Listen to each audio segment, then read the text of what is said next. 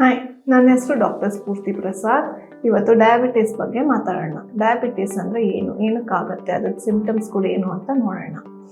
Diabetes ಇವಾಗ usually ಜಾಸ್ತಿ stress ಇದ್ದಾಗ ಮತ್ತು ಪೇರೆಂಟ್ಸ್ಗಳಿಗಿದ್ದಾಗ, ಅವ್ರ ಗ್ರ್ಯಾಂಡ್ ಪೇರೆಂಟ್ಸ್ಗಿದ್ದಾಗ ಹೆರಿಡಿಟ್ರಿಯಿಂದ ಬರುತ್ತೆ.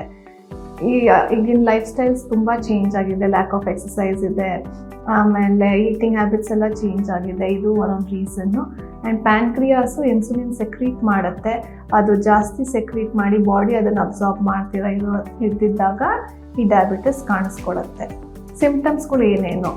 ಯೂರಿನೇಷನ್ ಜಾಸ್ತಿ ಆಗ್ತಾ ಇರುತ್ತೆ, ಆಮೇಲೆ ಸ್ವೆಟ್ಟಿಂಗ್ ಜಾಸ್ತಿ ಆಗ್ತಾ ಇರುತ್ತೆ, ಇದ್ದಕ್ಕಿದ್ದಂಗೆ ಸುಸ್ತು, ನೀರು ಕುಡಿಯೋದು ಮುಂಚೆಗಿಂತನೂ ಇನ್ನೂ ಜಾಸ್ತಿ ನೀರು ಕುಡಿತಾ ಇರಬೇಕು, ಬಾಯಾರಿಕೆ ಜಾಸ್ತಿ ಆಗ್ತಾ ಇರುತ್ತೆ.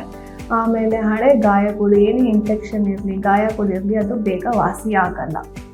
ಆಮೇಲೆ ಕಣ್ಣು ಮಂಜ ಕಾಣೋದು, ಬ್ಲರ್ ಕಾಣೋದು ಇರುತ್ತೆ ಒಂದೊಂದು ಸಿಂಪ್ಟಮ್ಸ್.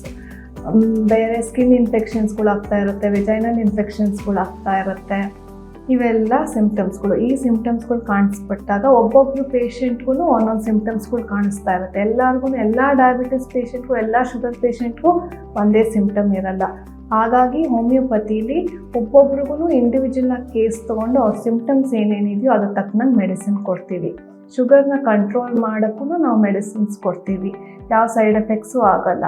ಅದು ಕರೆಕ್ಟಾಗಿ ಕಂಟ್ರೋಲ್ ಆಗಿಲ್ಲ ಅಂದರೆ ಅದ್ರಲ್ಲಿ ಬರೋ ರಿಸ್ಕ್ ಫ್ಯಾಕ್ಟರ್ಸ್ಗಳು ಏನೇನು ಅಂದರೆ ಹಾರ್ಟ್ ಪ್ರಾಬ್ಲಮ್ಸ್ಗಳು ಬರುತ್ತೆ, ಕಿಡ್ನಿ ಡ್ಯಾಮೇಜ್ ಆಗೋ ಚಾನ್ಸಸ್ ಇರುತ್ತೆ, ನರ್ವ್ಸ್ಗಳು ಡ್ಯಾಮೇಜ್ ಆಗುತ್ತೆ, ಆಮೇಲೆ ಐ ಡ್ಯಾಮೇಜ್ ಆಗ್ತಾ ಇರುತ್ತೆ, ಇಲ್ಲ ಸ್ಕಿನ್ ಡ್ಯಾಮೇಜ್ ಆಗ್ತಾ ಹೋಗುತ್ತೆ. ಸೊ ಹಾಗಾಗಿ ಹೋಮಿಯೋಪತಿ ಮೆಡಿಸಿನ್ಸ್ ತೊಗೊಳ್ಳಿ, ಸೇಫಾಗಿ ಶುಗರ್ನೆಲ್ಲ ಕಂಟ್ರೋಲ್ ಮಾಡಿಕೊಂಡು, ಸಿಂಪ್ಟಮ್ಸ್ಗಳನ್ನೆಲ್ಲ ಕಂಟ್ರೋಲ್ ಮಾಡಿಕೊಂಡು ಆರೋಗ್ಯವಾಗಿರಿ. ಇನ್ನು ಮಾಹಿತಿಗೆ ನಮ್ಮನ್ನು ಫಾಲೋ ಮಾಡಿ.